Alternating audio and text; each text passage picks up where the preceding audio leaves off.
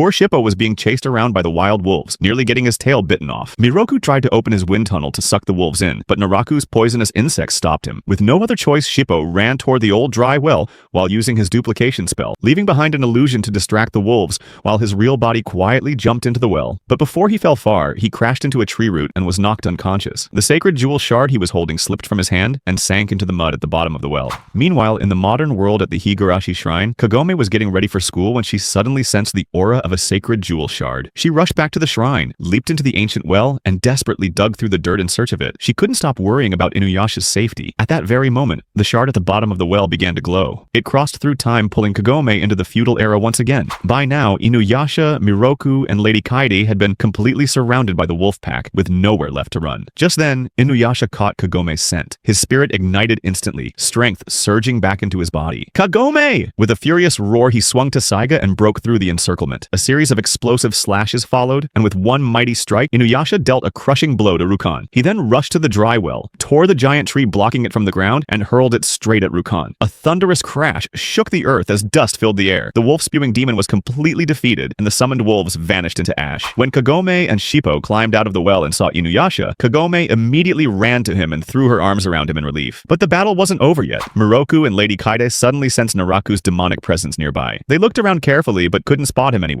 Fortunately, Kagome could still sense the aura of the sacred jewel. She pointed into the distance. That way! Inuyasha and Miroku dashed after it. Naraku realized they had found him and tried to flee, but it was already too late. He was surrounded by Inuyasha and Miroku,